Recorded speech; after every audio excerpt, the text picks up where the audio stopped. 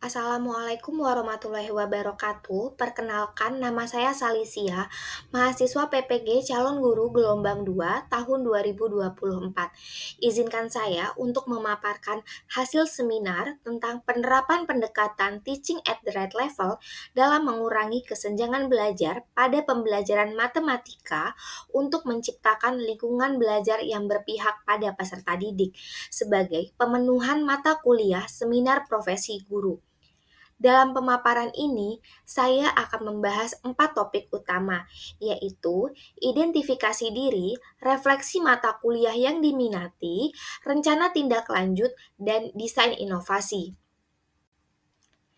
Sebagai calon guru, tentu saya memiliki visi dan misi, yang mana saya membagi visi saya menjadi dua, yaitu visi pribadi sebagai pendidik dan visi sebagai calon guru. Visi pribadi saya sebagai guru yaitu mewujudkan pendidikan sebagai lembaga yang dapat membentuk generasi yang berakhlak mulia, berkarakter, serta menguasai dalam bidang iptek dan menumbuhkan rasa cinta tanah air. Sementara itu, visi saya sebagai calon guru profesional yaitu dapat membentuk peserta didik yang berakhlak mulia, berkarakter, menguasai dalam bidang iptek, dan dapat bertoleransi dalam keberagaman. Dalam mencapai visi saya, tentu saya membutuhkan rencana tindak lanjut untuk mencapainya. Beberapa rencana tindak lanjut yang saya rancang yaitu yang pertama, menjadi contoh yang baik bagi peserta didik. Yang kedua, menerapkan pembelajaran yang inovatif dan kreatif.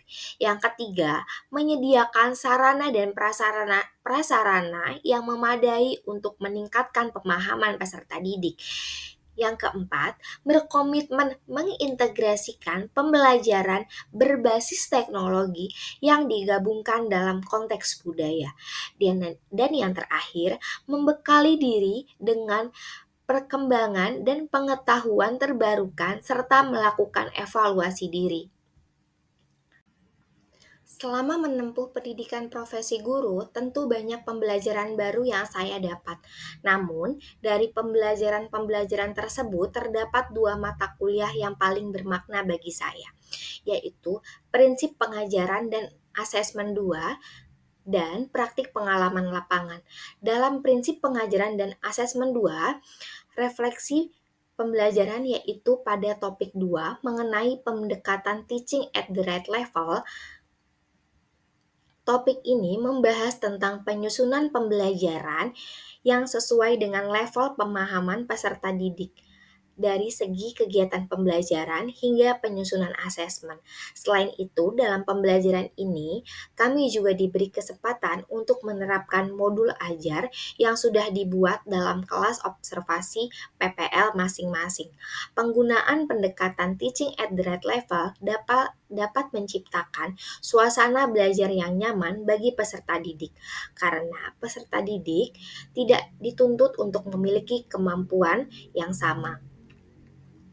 Sebagai bukti telah melakukan pembelajaran, saya juga melampirkan artefak-artefak dari hasil pembelajaran yang dapat di-scan melalui barcode yang telah disediakan. Mata kuliah paling bermakna selanjutnya yaitu praktik pengajaran lapangan. Sebagai seorang lulusan matematika, mengajar di lingkungan formal merupakan hal yang baru bagi saya, sehingga banyak pengalaman yang dapat saya dapatkan selama PPL berlangsung.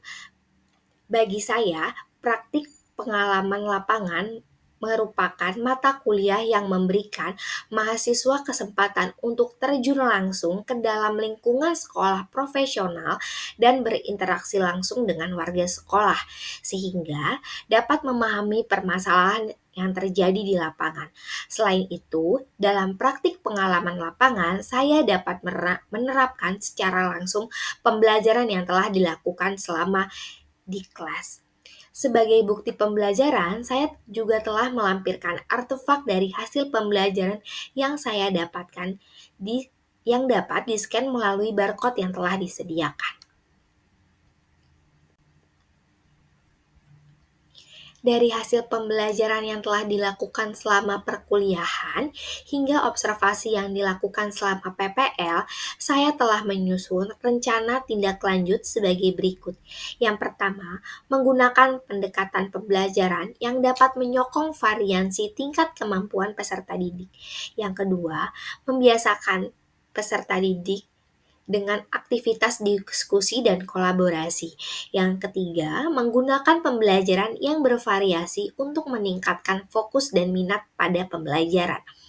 Selanjutnya, yaitu memaksimalkan penggunaan teknologi untuk pembelajaran, dan yang terakhir, penerapan prinsip kurikulum merdeka. Dari hasil rencana tindak lanjut tersebut, saya sudah merancang untuk mengembangkan kembali dalam proses pembelajaran. Yang pertama yaitu sebagai desain inovasi pembelajaran. Dengan menggunakan pendekatan teaching at the right level, saya dapat membentuk kelompok berdasarkan hasil asesmen diagnostik yang telah dilakukan. Yang kedua, penggunaan bahan ajar digital. Dengan menggunakan bahan ajar digital, diharapkan peserta didik dapat lebih aktif selama proses pembelajaran. Dan yang terakhir yaitu penggunaan asesmen berbasis teknologi dengan menggunakan word wall sebagai media kuis interaktif. Berikut modul ajar yang saya rancang berdasarkan hasil temuan saya di lapangan sebagai bahan tindak lanjut. Yang pertama ada identifikasi modul, yaitu tentang mata pelajaran, fase kelas, bab, elemen, dan alokasi waktu. Selanjutnya ada tujuan pembelajaran yang menjadi acuan saya dalam proses pembelajaran. Dan yang terakhir yaitu ada model dan pendekatan pembelajaran. Di dalam modul ini saya menggunakan model pembelajaran problem based learning dan pendekatan pembelajaran teaching at the right level. Untuk mendapatkan akses ke dalam modul ajar, dapat men-scan barcode yang telah disediakan. Dalam modul ajar yang telah saya rancang, saya menyediakan bahan ajar digital berupa PowerPoint interaktif dan bahan bacaan. Yang mana bahan ajar ini saya buat menggunakan desain Canva dan ditayangkan dalam bentuk flipbook menggunakan Haizen untuk pengalaman baca yang lebih menyenangkan. Untuk mendapatkan akses pada kedua bahan ajar digital, dapat men-scan barcode yang telah disediakan. Selain menggunakan bahan ajar digital, saya juga menggunakan kuis interaktif menggunakan media word wall. Kuis ini nantinya dapat diakses peserta didik dengan men-scan barcode yang telah disediakan.